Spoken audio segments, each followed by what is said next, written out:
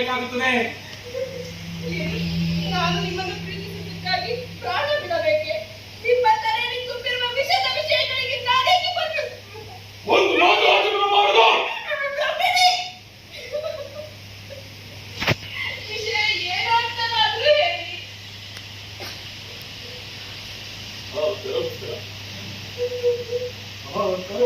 ನಮ್ಮಿಬ್ಬರ ಪ್ರೀತಿಯ ಪ್ರತೀಕವಾಗಿತ್ತು. ಆದ್ರೆ ನೀವು ಆ ದ್ರೋಹಿ ಕಾಶಿಗೆ ನೀಡಿದ್ದೀಯಾ? ಸುಳ್ಳು ದೇವರಾಣಿಟ್ಟು ಮತ್ತೆ ಸುಳ್ಳು ಹೇಳಬೇಡ. ನೀನು ಸುಳ್ಳು ಹೇಳುತ್ತವೆ ಎಂದು ಹೇಳ್ತಿದೆ.